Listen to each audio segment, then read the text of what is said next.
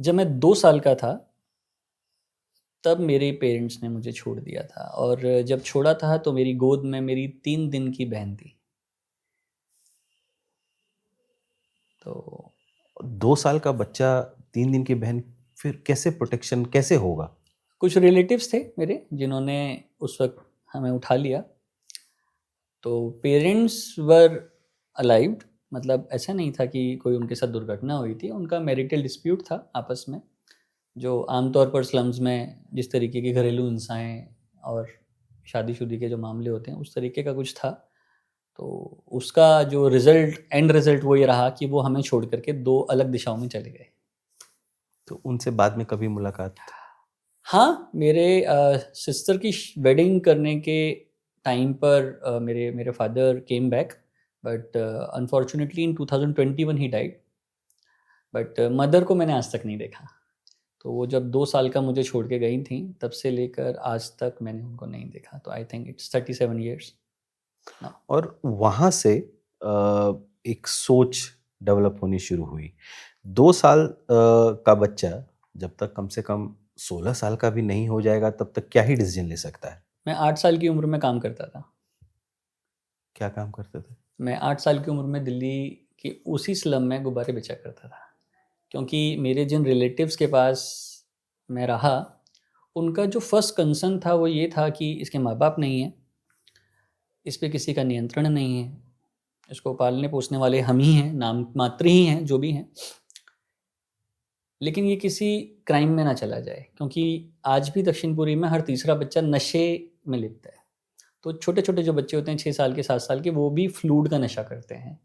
8-9 साल, 10 साल का बच्चा तो वहाँ पर कैप्सूल्स खाने लग जाता है। बीड़ी सिगरेट तो बहुत नॉर्मल सी बात है। तो उस नशे से मैं कैसे बचूँ, उसके लिए मुझे एंगेज करने के लिए मुझे काम पे लगा दिया गया। उनकी इंटेंशन मेरे से बाल मज़दूरी कराना नहीं थी। नहीं, ऑफ कोर्स। हाँ, तो उनकी जो इंटेंशन थी वो ये थी कि मैं दिन भर बिज़ी रहूँगा, इधर-उधर काम करूँगा, तो कम से कम ये नशे वाले लड़कों के चंगुल में नहीं फँसूँगा। सो 8 साल की उम्र में मैंने वो काम शुरू कर दिया, बट अनफॉर्च्यूनेटली मेरे साथ वहीं पर गलत होना शुरू हो गया। तो जो भी 2, 4, 5 रुपए कमाता था, उसके लिए मेरे साथ मारपीट हो जाया करती थी। तो जो नशा करने वाले लड़के थे, वो बहुत प्लान्ड वे में काम करते हैं, या तो आप उनके साथ नशा करिए, नहीं तो वो आपको मारेंगे। आज भी है वो।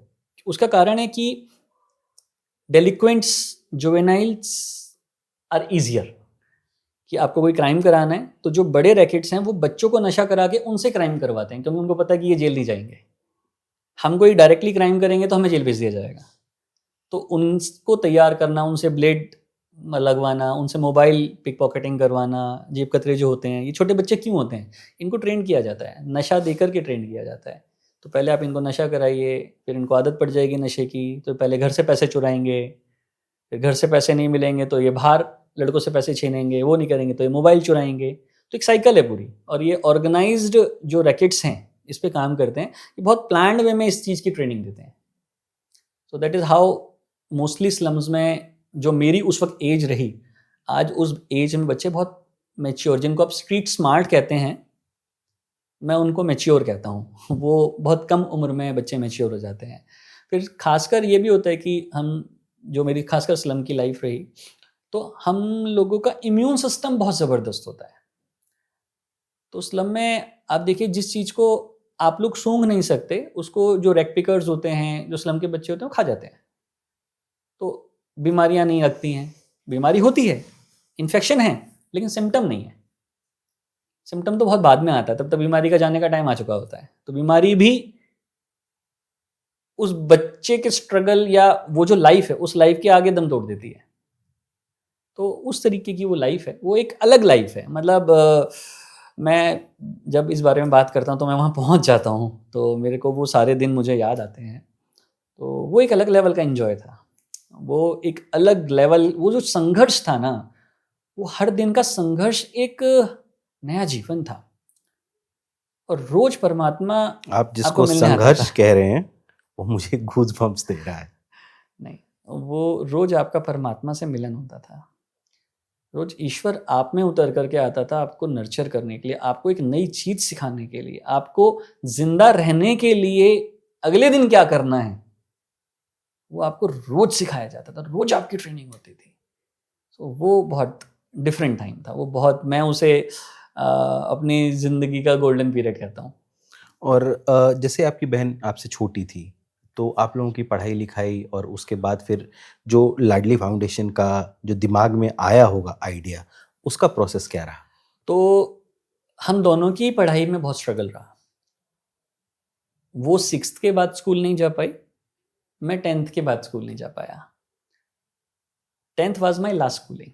10th के बाद मैंने जो भी स्कूलिंग करी वो ओपन से किया। आज मैं 3 मास्टर्स करके बैठा हुआ हूँ, बट वो सब कॉरेस्पॉन्डेंट रहा।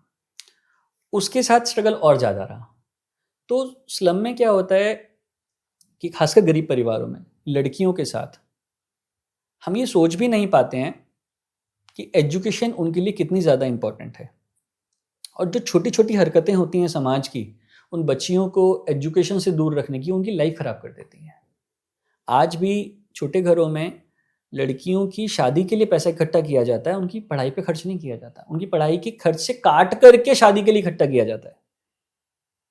ये पहली सीढ़ी है जहाँ पर उनको बोझ माना जाता है कि इनकी शादी ज़रूरी है। अरे भैया, आप पढ़ा दो, उनको स्किल दे दो, शादी के लिए वो ऑटोमेटिकली तैयार हो जाएँगी। बट उनका भी सोचना ठीक सही है।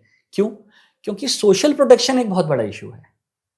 जब हम सोशल प्रोटेक्शन पे बात करते हैं तो डिले ऑफ मैरिज की वजह से